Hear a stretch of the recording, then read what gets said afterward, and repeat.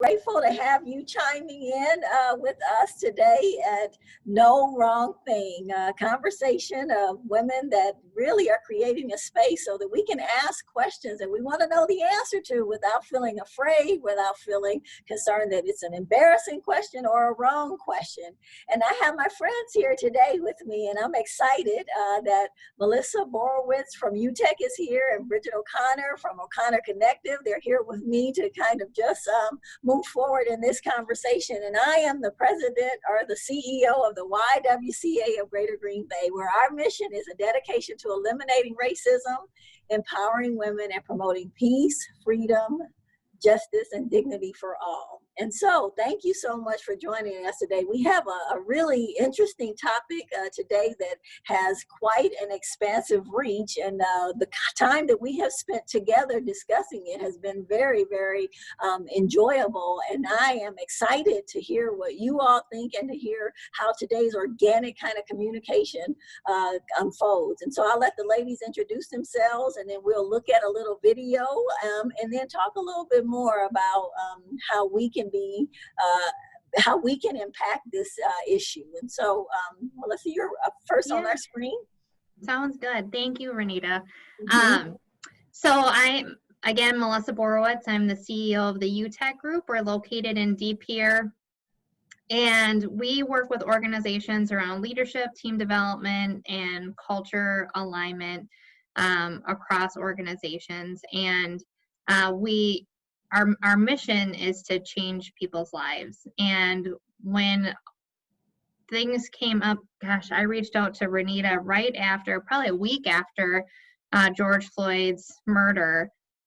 And we just started engaging in these conversations about how do I help or engage in helping to make our community better, and having these types of conversations around race, around gender, around just strengthening our community, because I love Green Bay, I love where we live, and wanting it to be a great place for everybody to live. So, and, you know, we work with organizations around strengthening their culture and their leadership and their teams and their communication. And I'm like, gosh, I don't know what I'm doing. I'm just on this journey of learning and discovering, and in some ways unlearning things. And I think we'll talk about that a little bit today too, of just realizing patterns, habits, unspoken rules within our society that we just have maybe accepted. And if anything, right now it's a time to reflect and be like, is that okay? Or should we really use this time to change and to figure out how do we want to be better personally, as well as collectively as a community. So I'm glad to be here. Excellent. Thank you for coming. And Miss Bridget. Hi, everyone. I'm Bridget O'Connor with O'Connor Connective, and this is my first event to be participating, actually my very first Facebook Live, so it's quite the experience, but I have trust and faith in my friend Renita here to help along the way. So Renita and I first got to know each other through her work with the YWCA, and I have just been so grateful to have her insights and perspectives, and to continue to learn from Renita, and to just be able to have really honest conversations with her about things like what we're going to talk about today. And so when we're looking at issues related to how we are presenting ourselves with one another and listening with one another, one of my favorite words comes into play, which is communication. What are we doing intentionally around our communication? What are we doing subconsciously with our communication? And how do we take moments like what's happening right now to really think about biases or habits or ways in which we personally have chosen to communicate, recognizing when we wish we would have said something different, or being prepared to make sure that we really are mindful about the communication that we choose going forward. And so today is going to give us an opportunity to explore communication style, explore a little bit in language choice, explore how to prepare when sometimes we deal with some of those hard communications and other aspects. So the lens that I'm bringing, my lens is through the lens of communication. As much of my work is to work with organizations and leaders of organizations in helping them best communicate their vision, their mission, their values, their organizational position in the marketplace. But it all starts with us, right? It starts with us individually. And I'll just say, while this is my area of work and area of expertise, it does not mean that I don't make mistakes too. I absolutely make plenty of mistakes, and I'm continuously reflecting on some of the communication mistakes that I've made in places, times towards individuals, and working hard on learning more, listening more, and trying to make sure that I'm being being the best person I can be in my own personal communication choices.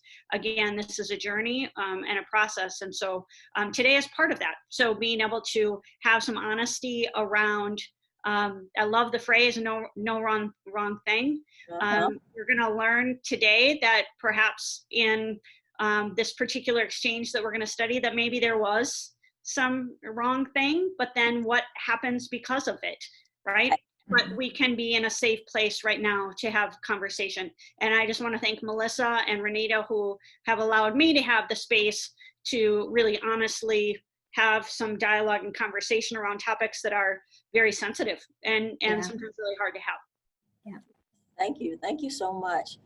So what we decided after meeting a few different times and having a variety of conversation was that we would actually unpack an interchange that happened between Representative Alexandria Ocasio-Cortez and then Representative Yoho, and on the state's capitol. And when we talked about it, it was layered, right? And when we talk about intersections of being female, of being a person of color, of being a person of privilege or no privilege, and all of those different things, it gets quite complex. And so as we visited and we talked about all of the things, we landed on the fact that, you know, this is a nugget that could be unpacked, and quite a bit of learning could come out of it. And so we're going to play just a brief portion of a response on the House of the floor by Representative Cortez, and then we will unpack some of the responses to her response and some of her feelings about the response that preceded it.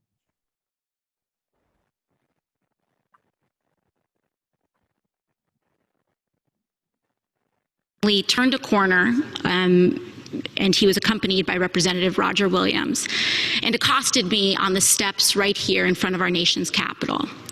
I was minding my own business, walking up the steps, and Representative Yoho put his finger in my face. He called me disgusting.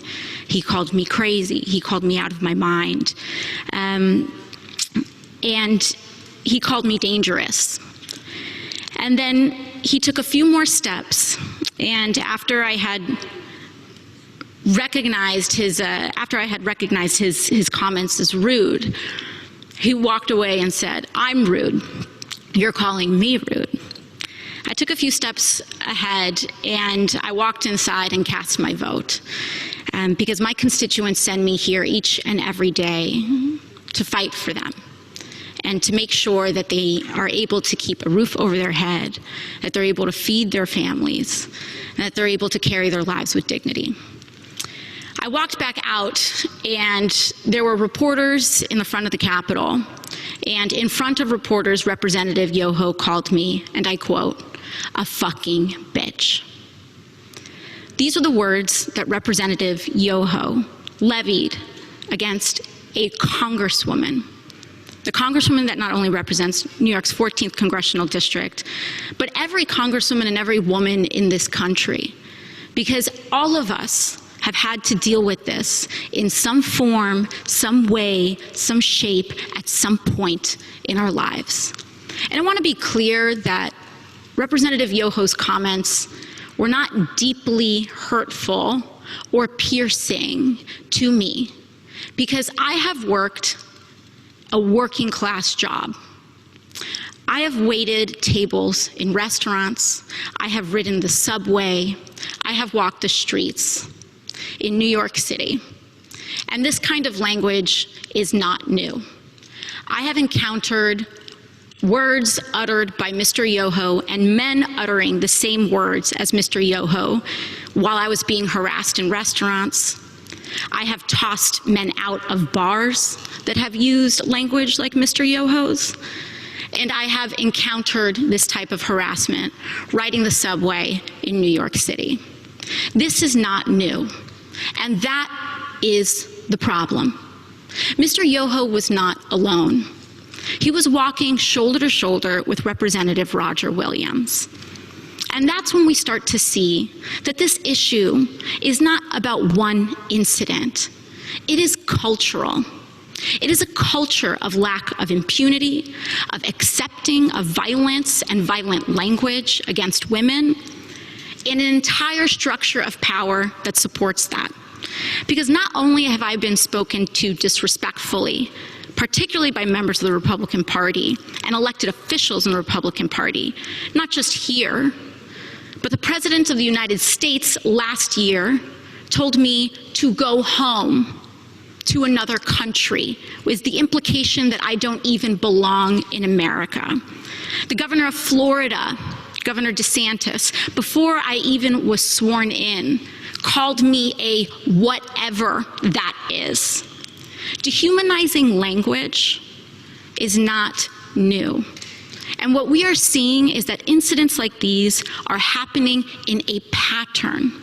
This is a pattern of an attitude towards women and dehumanization of others. So while I was not deeply hurt or offended by little comments that are made, when I was reflecting on this, I honestly thought that I was just going to pack it up and go home. It's just another day, right? But then yesterday, Representative Yoho decided to come to the floor of the House of Representatives and make excuses for his behavior. And that I could not let go. I could not allow my nieces, I could not allow the little girls that I go home to, I could not allow victims of verbal abuse and worse to see that excuse, and to see our Congress accept it as legitimate and accept it as an apology, and to accept silence as a form of acceptance. I could not allow that to stand, which Renita, one thing that we wanted to mention at the beginning is that we recognize that what we're doing right now is showing you a portion of this debate. We do not wish to take a political stance on Republican versus Democrat. We're not here to have a conversation about politics or positions or policy, but rather about communication, leadership, bias, and the exchange. So we just want to be clear that we're not wanting to enter into political debate about a Republican versus Democrat perspective. Indeed. And so a couple of the pullouts from me, and I'll ask you ladies what things struck you most about that piece in particular. A couple of the pullouts from me are things that we've been saying a lot around issues of race, around issues of dehumanization. And basically, it is that if we are silent when people are behaving poorly around us, then people really think that we agree with them. And so 2 places in the little piece that she shared, she talked about other people being in or around the situation and really saying nothing. And so that's one of the things that I want to highlight. And then I want to highlight the fact that she brought up that the language wasn't new, the experience wasn't new. As accosting as it was, she said it wasn't new. And she pulled out the reality that it is a pattern of that kind of language that really allows people to accept that kind of treatment against women. And so we are women, we are leaders, we have diverse backgrounds, and many of us have experienced being called something other than our given name. And so that is where we're going to focus on. And then each one of us brings to this conversation a very specific lens. And so we'll be talking a little bit about those responses from those specific lenses. And so I don't know if either of you want to just chime in about the things that you pulled out in particular from that little piece, and then move on to your perspective. Sure.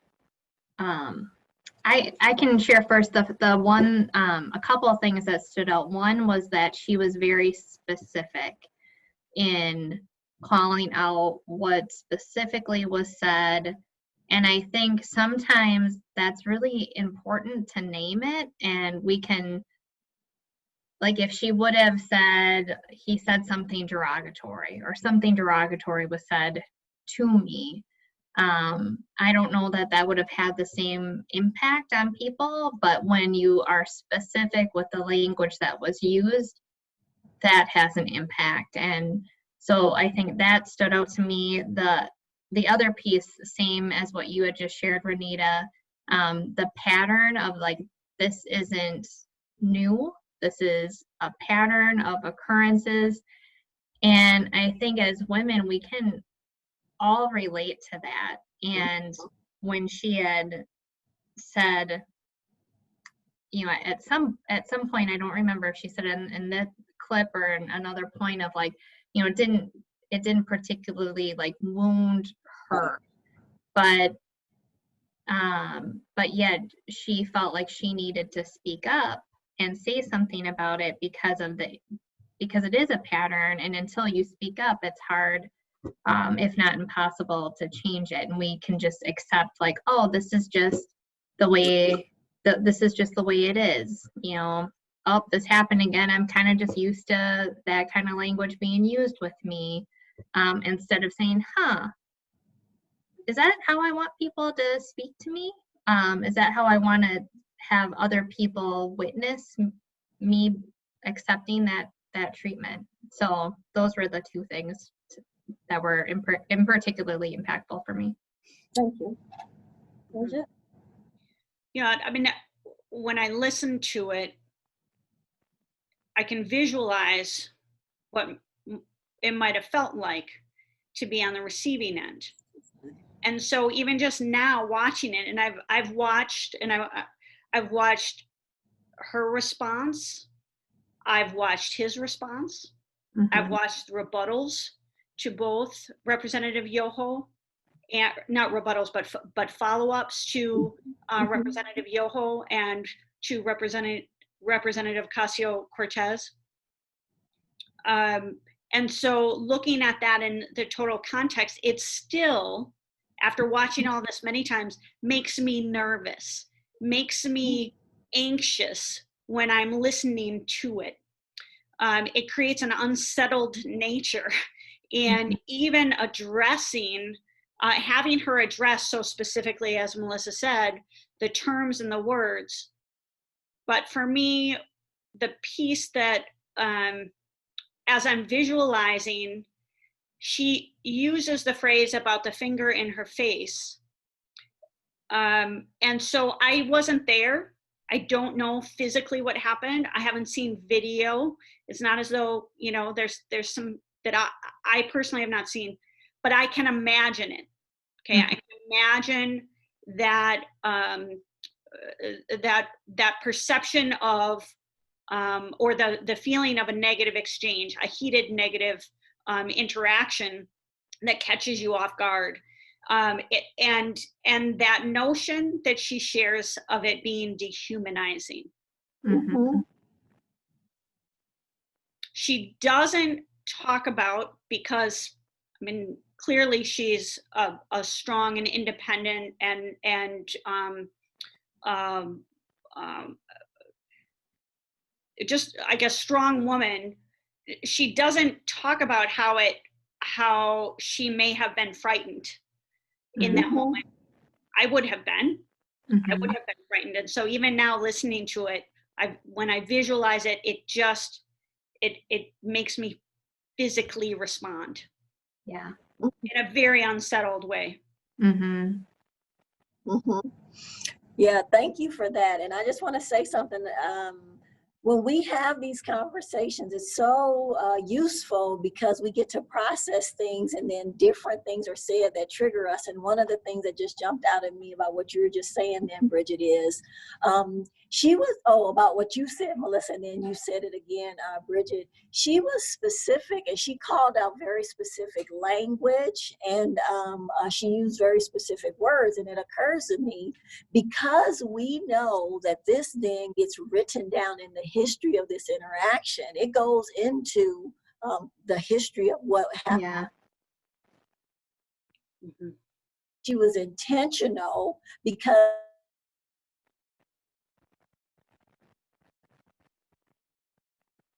of very pointed information, making a declaration about it so that there would not be confusion about it. And I think that that's really smart. I think that whenever we can do that in situations where we're either protecting ourselves or trying to get clarity for ourselves, it's very, very useful, right? And so I just wanted to bring that out. But additionally, I thought it was very important to understand that she talked about, he called me disgusting, he called me crazy, he called me out of my mind, and he called me dangerous. Wow. We talked in one of our Where We Live series about the weaponization of language. How about that for a weapon, right? Yeah. And if you don't have internal comportment and you're not able to reject that hypothesis that you're all of those things, what would that do to you? What would that do to your ability to actually be present in a room with people who heard you call those names, right? I just think the whole thing is very, very interesting. And I think that it's worth unpacking when we talk about being leaders, in particular female leaders, and we talk about just the cultural climate and where we are around the reality that it's a difficult time to be a person of color in America right now. You know, and so race is very loaded. And then you have people of privilege, or people who actually are perhaps white, where the reality is, in circles of just white people, people talk oftentimes very differently about people of color than they talk when people of color are present. And so I'm curious to know, ladies, if you've ever been in situations where, as a white woman, people started speaking pejoratively about a person of color and assume you agreed with them. You guys ever had that experience? I think I've been in the presence of people who have spoken in an unfortunate way about just about anyone. As though, you know, whether it's gender, race, age, politics, as though you're with them, but not them. Right. So it's pulling you into there and separating you from other. And I think that happens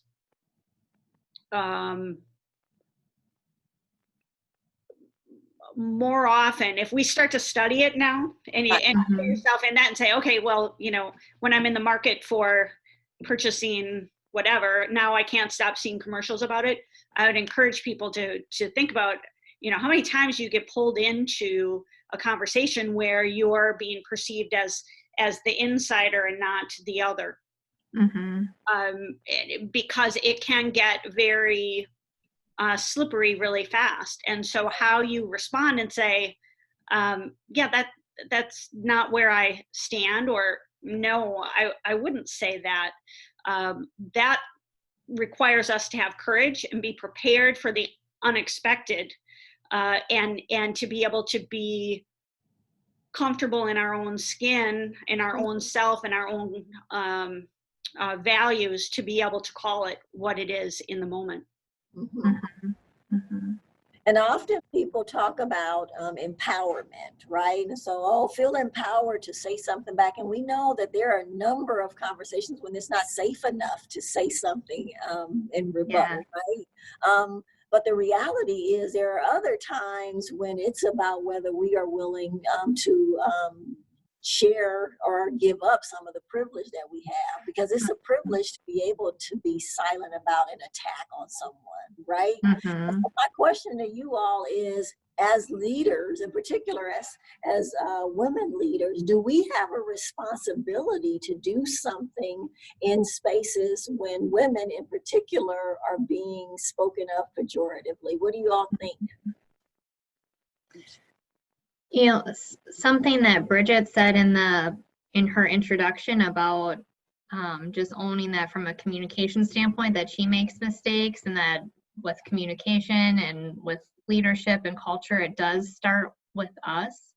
And it starts with what we tolerate. And that's when I'm working with leadership and we're looking at, building an executive leadership team, or how we align leaders around a common set of values and culture, there's creating definition around what your belief system is as an organization, and what is, you're also defining what's permissible and what's not permissible, and identifying what are some of those unspoken rules where maybe you just let things slide before.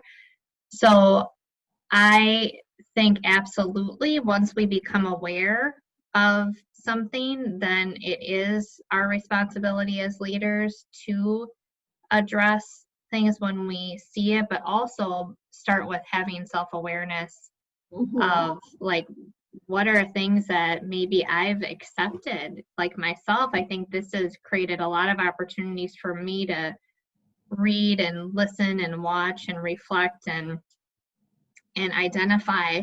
There's been times when I'm working with a client or I'm doing a presentation in front of an audience where someone has spoken to me in a way that really crosses a boundary.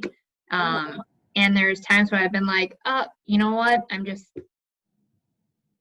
used, like, that's just part of it. That's just the way things are. And now I'm like, oh my gosh, like, that's not okay. Like, I need to, like, first, like, kind of set that boundary of what's permissible and not, in terms of what I receive and how I'm willing to be treated. And then set the tone for what's going to be permissible within my organization or with interactions that I have with friends and within the community. Wow. Bridget, did you have something? Yeah, when we talk about how we are dealing with exchanges, and we're caught off guard, some of us as extroverts may be quick with comebacks. Some of us as introverts may really be silent and need to reflect and then come back and be able to have a response. And so individually, we're all going to have our own style. Right. But the notion of standing up for one another also becomes really critical. It always has been critical, but now perhaps more than ever. And how we have advocates or allies or just others in the room who we feel like can call something out, so that we, as the one who's on the receiving end, don't have to be the only one to respond. Right. I found it interesting when after Congressman Yoho spoke, Representative Heyer from Maryland, who's the majority leader, he got up and spoke following Representative Yoho's comments. And he said, you don't need to apologize for your passion, but an apology was appropriate. And then he talked about how language is dividing this country. So how language is dividing us, and so we have to be mindful that we be careful about the language we use. And again, he said the apology was appropriate. He said it 3 times in the course of about a minute and a half response. And so I found that interesting that he repeated that line, an apology was appropriate, as though he was, and I don't know his heart. I don't know him. I barely ever have even heard him speak. So he, at the end, however, he said, I know Representative Ocasio-Cortez appreciates your apology. So the reason I bring this up is because he was an advocate for acknowledging inappropriate language and recognizing that that language can divide. And yet there was also a little bit of out that was given by making things sort of comfortable, right? Sort of comfortable at the end. And I just found that fascinating, as though we all are trying to, even when we know language is wrong or a situation is wrong or something makes us uncomfortable, we want to smooth it out, right? Smooth it out and move on. And that as a rebuttal response, it took place there, and I just see that playing out in everyday exchanges that take place too. Additionally, I think that it's never, so an apology was appropriate, but I don't think speaking on behalf of another is ever appropriate. So for him to assert that he's sure that she appreciates it based on the response that she gave did not seem appropriate or correct. And so that is a gender thing. You know, oftentimes men will speak as the authority over a situation and make an assumption that they know how a woman is feeling or thinking or whatever. And I think whether it's a man or a woman, that it's really not honorable to speak in place of other people unless you have permission, because unless you've asked them, is this how you feel? You actually don't know. Right. And so I think that that's one of those things that I kind of, the older I get, the more I recognize, like, yeah, for me to really be present with people and to really be honorable to people, I can't assume that based on whatever their body language is or how they respond, that they're feeling a certain way. I have to ask them, were you grumpy with me?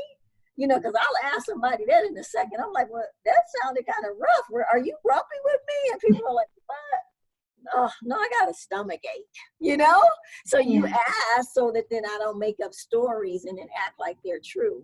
But yeah, that was really, really important to go back to, in particular, again, because of his positional authority. As leaders, whether we decide to set a stage and a standard for something or not, we do. Because we have that referent position, right? And we're elevated to kind of not a God status, but a status of expert just because of our positional authority. And so I don't know, what do you all think about that? I'm pretty sure we all have been spoken over, or someone has made assumptions about us, or has made a statement that they've generalized our position, and we weren't interested in them generalizing our position, but we're not there to clarify. Now, I don't know his heart. My sense is he was trying to be supportive, and so how we then help Representative Hare be even more supportive going forward, you know, particularly in this dialogue of no wrong thing. How do we help even those who have the intention and may be looking to support us, but yet somehow it's sort of like this, didn't quite, and it almost causes another harm? How do we help identify that, educate, and then move that to the next level of whatever was intended, if in fact there was a broader intention there? And again, I don't want to assume, because I don't know his heart. Yeah. Mm-hmm. Yeah. And I think that brings up a fabulous point about what we're responsible for, right?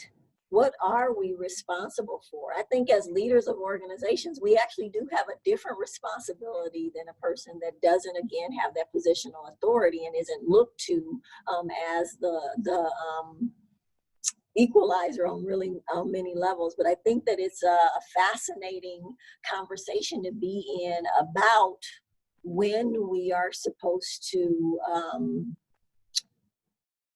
assert ourselves, and when we are supposed to say, oh, I'm sorry, that doesn't accurately portray my feelings, you know, because for me, I spend a lot of time wondering if I want to speak up and be deemed the angry Black woman or not. Mm-hmm. Right? So that's a consistent trope that kind of runs in the background when people are saying things that I'm like, yeah, I don't agree, like, I don't believe that, or I don't agree with that, right? And I have to make a decision at that particular point about the cost to me in terms of the interpretation of other people who may not know that culturally African American folks speak a certain way, and that's not to say that they're angry. It's not to say that they are mad at you, but they are oftentimes energetic. You know, we give Italians, we go, oh, that's just an Italian. They're just Italian, right? And there's really no negativity associated with saying, oh, they were, you know, Italians are expressive, right? Mm-hmm. And I haven't figured out yet why African Americans can't be expressive, but it has to be angry. You know, we can't be expressive without it being angry. And yeah, so it's just really interesting. And I'll tell you guys this story real quickly. I'm sorry, I'm looking at the time, but I did a training one time, and it was to a group of Sudanese women. And so it was about 23 Sudanese women, and it was a workshop. And at a certain point in the workshop, the conversation was so clamorous, like it hurt my ears. And I was looking around like, whoa. And I was just like, yep, I was like, I know a whole bunch of people that would be scared to death in here. And what I experienced was this beautiful passion and this connecting, and it was loud though. And I was just like, that's fascinating to me, right? When people are being the very best version of themselves and they're fully self-expressed, like it takes on a totally different appearance for people that are not familiar with that culture. Yeah. And that's why it's important for us to get out. That's why it's important for us to read. That's why it's important for us to see kind of things that dispel stereotypes or rumored kind of realities of different people groups. So I just wanted to say that, yeah. So back to Representative Ocasio-Cortez's responses. I know that we didn't look at the rest of her response, and there were several other places where she made some comments that were quite impactful. I don't know if you all wanted to speak to any of those, or if we wanted to just kind of jog to another something. Oh boy. If I may, Renita, Melissa, if you have something on that, by all means, but I would like to also mention Congresswoman Barbara Lee, who spoke after Representative Ocasio-Cortez. And if you haven't listened to that, you can hop on to C-SPAN and listen to the just few minutes that Congresswoman Barbara Lee stood up following Representative Ocasio-Cortez and in support of what was just said, and applauded her for saying what she said. And Representative Ocasio-Cortez did not need Congresswoman Lee to stand up and acknowledge and to support her and to tell the world that she agreed with and was wanting to see improved equality for women, particularly women of color. She didn't need it, but boy, was it great that she got it. Mhm. And how we as women can support other women, to me, has been something that has been personally fascinating, sometimes so disappointing, Right, but sometimes just beautiful. right. And what I witnessed in Congresswoman Lee's response was an example of a woman with more years in service, certainly had, been on that floor for a long, long time and had seen a lot of different scenarios and situations, and acknowledged that we still had a really long way to go. Right. Yeah.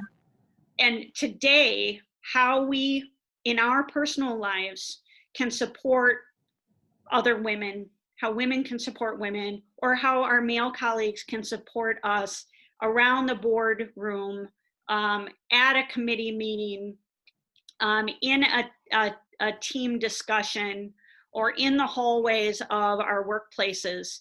Those are the moments that I think, if we watch this and really study it, we can start to see how we can really support one another, so that we can find the right way of communicating and expressing and debating and discussing and being angry without dehumanizing, but also having the support around us.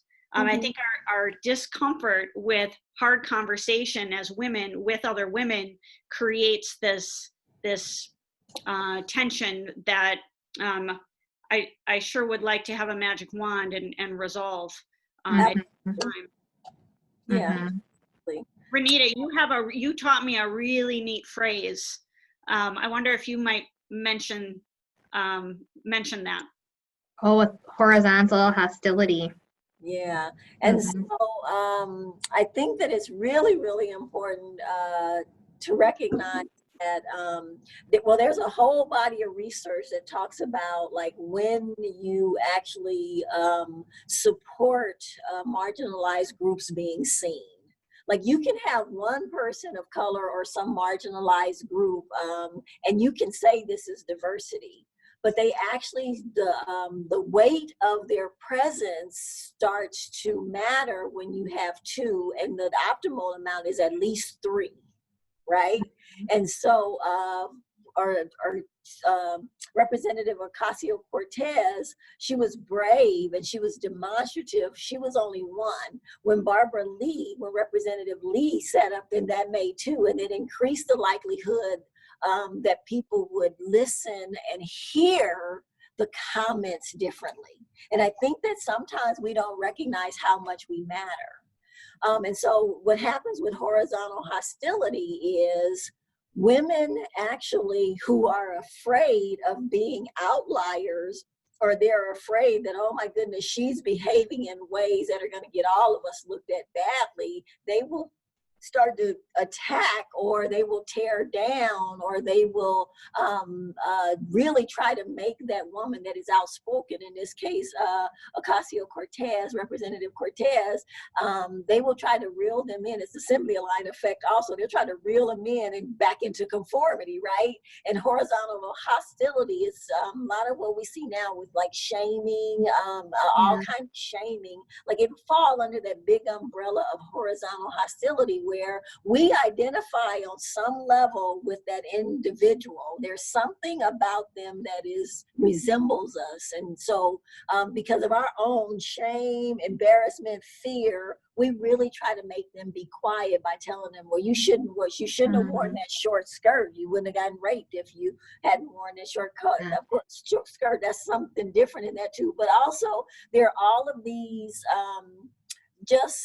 there's this language that's levied against them to try to make them conform or to quit doing the thing that is causing attention to it, because the other person feels like, oh my goodness, it won't be long before the attention is turned to me. That was a long definition for it, but yeah.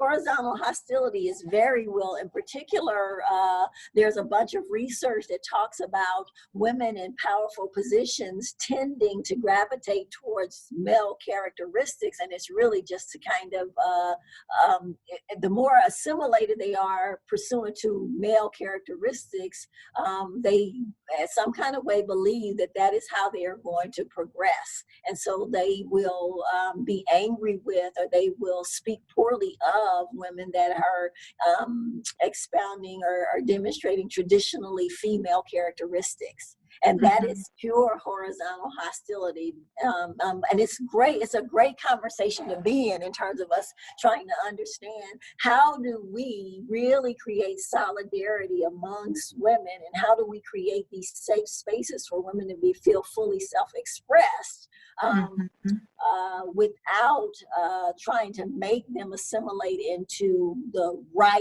way to be.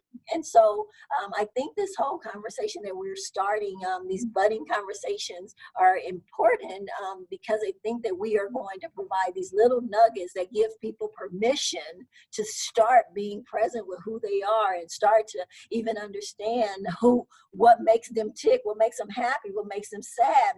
Do you know what I mean? And so all of that is necessary as we intend to encourage women to be the best version of themselves.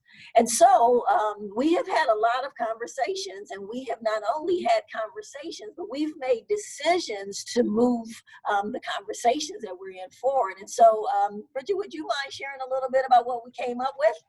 Sure. So this is just one little place, and being able to start a conversation, and we'd like to have more opportunities for dialogue and learning. So together, Renita and Melissa and I will be putting on a program through the Connective's Advancing You series, and we will do a 3-part series that will start on September 17th, the 24th, and October 1st. It will be at 8 a.m.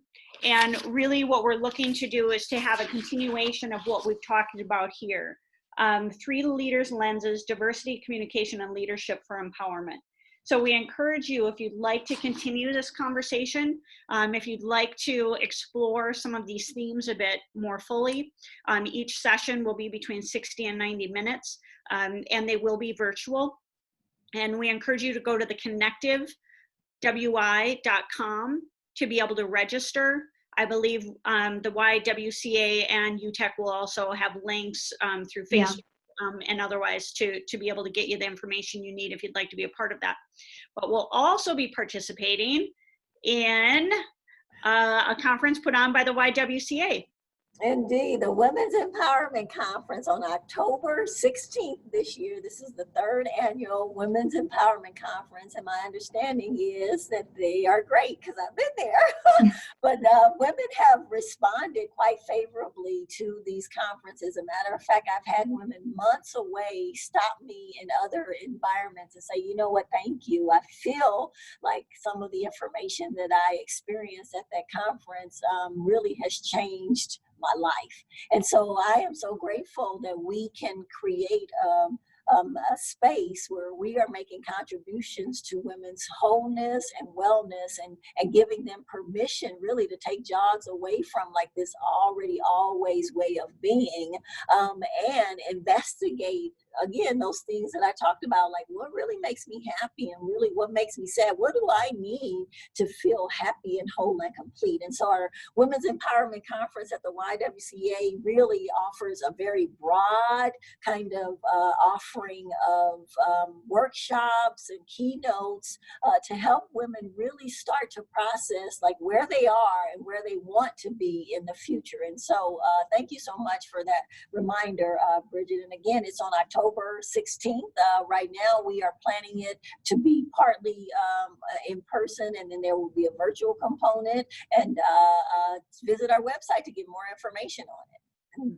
Mm-hmm. Yeah. And this is a perfect season to be a student of communication on a global scale, right? So what's happening in American politics is a fascinating exploration of language, of how we make choices in the way in which we are inclusive or not. So I would encourage people, as you are in your everyday experiences, whether you can join us for these upcoming workshops and programs or not, we do encourage you to think about, reflect upon your own experiences, those moments when you've been caught off guard, when something may have been said, what you wish you could have been prepared to say, how you responded, what would you do differently next time? And then how do we also think about what's happening on the world stage and also in American politics, and think about how do we contribute to a more respectful dialogue, regardless of our political perspectives. Indeed. Yeah. Yeah. And I mean, one of the things that we had talked about, like, kind of is like, what are some practical things? There's resources with the Advancing Youth series, with the YWCA, with the Women's Empowerment Conference on October 16th. And then also, like, what are things, if you can't do those things too, like that you can do every day? And this is like, each conversation that we have is like rich with like deep stuff. And it gets at our belief systems. It gets at our own experiences with how we were brought up, and life experiences that we've encountered. And some of that can be really like kind of fun and challenging to learn, and sometimes it's painful too. And I think I just want to acknowledge that some of you may be in situations where you're like, I want to speak up, but I don't feel like I'm, based on how I've been treated, I sometimes am afraid, or I don't feel like I'm worth it, or I've been treated in such a way that I don't see myself worth, or the risk of speaking up. Renita and Bridget and I have shared like the risk of speaking up when it's, maybe the person that is speaking harshly to you is your boss. And so then you're thinking about employment and putting food on the table. So these are big things. And so I want to acknowledge that, and also just say, like, each person's different, every circumstance is different. And so taking some time to reflect on, like, what are your own boundaries, what's okay for you, and if you're in a situation that you're not okay with, there are resources in the community where you can get help, such as the Golden House is one that we've talked about. There's others out there as well, but a couple of things. One, like Bridget highlighted, I think, of like, what would your response be? So if you're in a situation or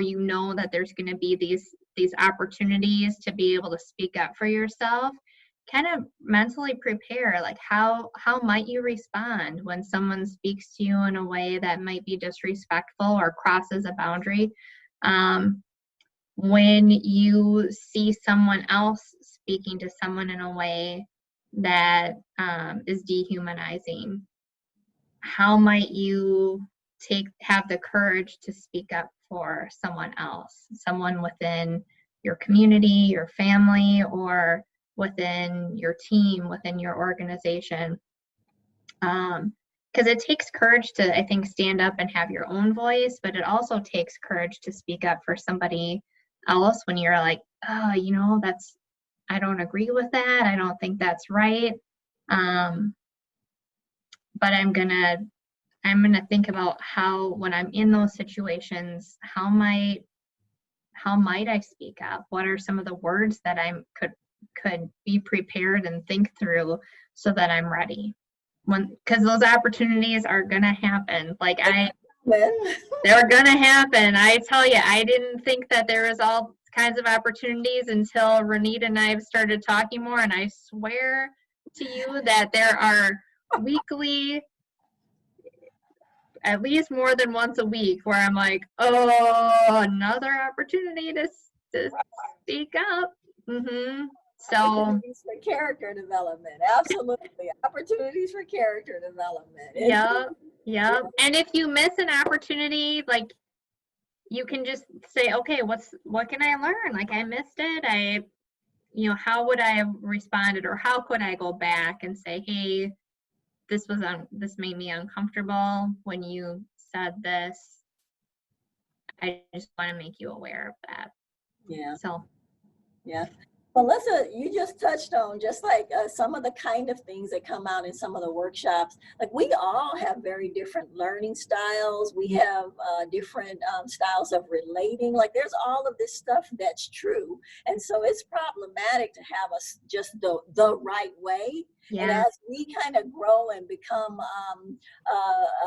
endeavor to be honorable to people who are different from us, who have different lifestyles, lenses, and that kind of thing, like, life gets richer because we start to recognize, oh my goodness, I didn't know it was 3 other ways that I could have responded, right? Yeah. And then we get permission to try some of those things. I can't tell you how much I have grown as a human being by having just these very diverse relationships with people who had different family systems than I had, and different just life experiences. And that's why I think the YWCA's commitment to creating these spaces where people get to sit across from, or in non-COVID times, sit across from and have conversations with people who they probably wouldn't otherwise have an occasion to do that with, and leave realizing, you know what, that mother cares for her children just like I do.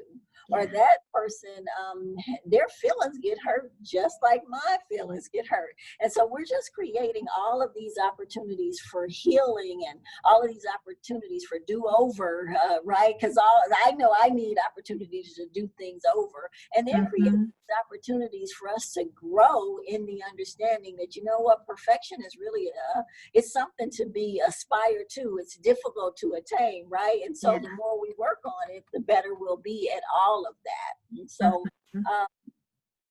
ladies, we are here at, it's about 4:57, so we have just a few more minutes, and I want to give us an opportunity to just give some parting words around this subject of being a woman that supports other women, or a woman that has voice. What would you like to leave? What one thing would you like to leave with our listening audience today? Bridget, do you want to go first? One thing, oh my goodness. I know. I think what's most critical is to give people an opportunity to be able to have dialogue. So we're trying to create a place for dialogue by having this conversation. We're trying to create opportunity for dialogue formally through the organizations in which we lead, but also informally with our, and maybe this is the hardest place to have these kind of conversations, with our own families, with our own siblings, or with our own neighbors. I mean, it can be really tough stuff. I mean, I even tossed out this topic as a question to a group that I work with, and it was crickets. You know, people just weren't yet ready, or they didn't feel like, ooh, that was too big of a topic. And so right now, if even if it's just with one other person that you feel safe with, to begin some conversation, because it's through that we can reflect on our own actions, what we feel like we've done well, what we wish we could have done differently, and be prepared for those moments ahead, and how we can also be advocates for others. Mm-hmm. Oh man, it's hard to pick one thing because there's so much. But the thing, I don't know why this popped into my head, but the thing that popped into my head is something that I've said to leaders is that we make it safe as leaders by talking about unsafe things. And there's irony in that, but the whole idea with no wrong thing is that sometimes we get just afraid to like speak up and to like, if I say this and it's wrong, I'm going to be judged, or I'm going to offend, or I'm going to do it wrong. Kind of, Renita, like you said, that strive to be perfect. And